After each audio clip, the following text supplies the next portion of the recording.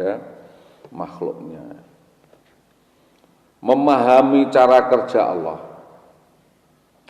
Mungkin kita sekilas tidak melihat bahwa setiap nasihat yang disampaikan oleh orang-orang pintar, orang bijaksana, tetua-tetua kita itu menimbulkan suatu pertentangan batin yang luar biasa karena kita tidak terbiasa dikandani atau dinasihati.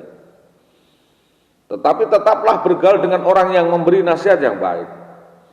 Nasihat yang baik, bergaul dengan orang-orang soleh, orang-orang yang bijaksana, menempatkan orang-orang soleh dan orang-orang bijaksana dalam kehidupan yang menjadi sumber hikmah dan pertolongan. Wasta'inu bis-sabri was-shalah. Mengajak kita untuk bersabar dan untuk bersalat. Karena Allah selalu bekerja, selalu memberikan kesempatan kepada makhluknya, kepada hamba-hambanya. Sekali lagi kita dapat menangkap apa yang sedang dikerjakan Allah di dalam pekerjaan kita. Kita tidak pernah merasa ada kekurangan apapun, namun kita juga pernah gagal untuk menyadari bahwa betapa ajaibnya hal-hal yang dikerjakan Allah kepada kita di dalam kehidupan kita. Mulailah kita lihat, kita setback kembali catatan kehidupan kita.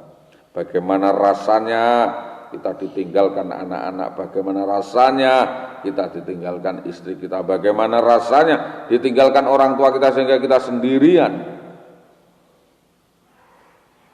Kita sendirian yang dikerjakan seperti apa yang dilakukan, apa yang dialami oleh Nabi Ayub. Maka Allah memberi catatan kepada kita dan apa yang dikerjakan Allah kepada kita. Maka Anda akan takjub terhadap pernyataan kebaikan dan kasih sayang Allah kepada kita. Mungkin orang yang tidak tahu. Tetapi jika kita tidak tahu menau, tidak mencoba untuk tahu, jatuhlah suatu bangsa jika tidak tahu menau dan tidak menjadi penasihat yang baik pada keselamatan. Kita jangan sombong, terlalu sombong, tidak mau mendengarkan nasihat sesama kita. Karena setiap nasihat yang kita terima selalu diuji kebenarannya. Diuji testamennya di firman Allah. Hikmah adalah dasar dari bangunan kehidupan manusia secara rohania. Mental state, mental building. Ya. Dan kita yang dapat menjaganya dari tantangan-tantangan yang tidak dapat dielakkan seperti kritik, kesakitan, kehilangan, percobaan, ya kegagalan maupun kesuksesan. Namun apabila kita sudah menjadi pengajar, menjadi orang yang menyampaikan, menyerukan kebenaran, hanya kepada Allah saja kita berserah diri. Bagaimana menuju jalan kita kepada Allah, kepada hikmah Allah kita tunjukkan pada mereka. Satu-satunya jalan untuk meraih hikmah Allah adalah melakukan pendekatan takarrub atau persekutuan hanya kepada Allah. Membaca firman-firman Allah melalui Al-Quran, menetapkan prinsip-prinsip akidah, membenarkan kehidupan, memohon hanya kepada Allah, membentuk karakter kehidupan. Sebagai muslim yang sejati, ketahuilah bahwa jiwa yang tenang itu menjadi dasar. Jika engkau mendapatkan jiwa yang tenang itu, maka ada masa depan, ada harapan yang tidak akan diunduh oleh orang lain, tetapi kita yang mengunduhnya, kita yang akan menikmatinya. Di dalam perjalanan itu kita tidak akan selesai, ya, tidak akan ditinggalkan.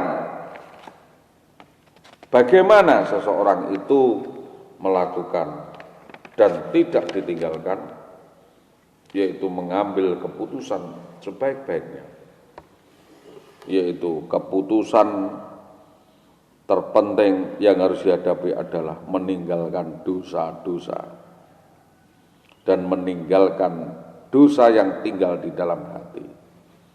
Itu saja.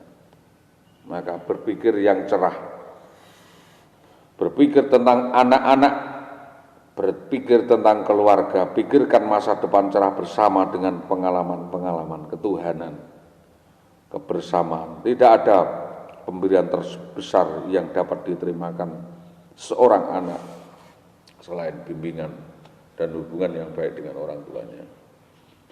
Tantangan ke depan, apakah putusan yang akan kita hadapi? Allah akan memimpin dan mengarahkan kita. Apakah kita akan belajar untuk memohon hikmah?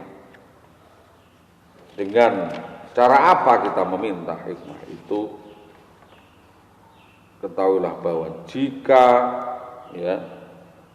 engkau mendapatkannya, maka ada masa depan dan harapanmu tidak akan hilang. Apapun keputusan yang dihadapi, Allah selalu mendampingi, memimpin, dan mengarahkan kita. Apabila kita terus selalu belajar hidup di dalam kebersihan, tidak bercacat celah, tantangan kehidupan akan mudah kita hadapi. Apabila kita mencari Allah, hubungan kita dengan Allah akan bertumbuh semakin dalam. Ketika anak-anak kita belajar tentang prinsip kehidupan Allah dan bagaimana hidup yang bijaksana itu, mereka dipersiapkan menjadi lebih baik untuk menghadapi tantangan dalam kehidupan. Billahi taufiq wal hidayah wa ridha wal inayah. Assalamualaikum warahmatullahi wabarakatuh.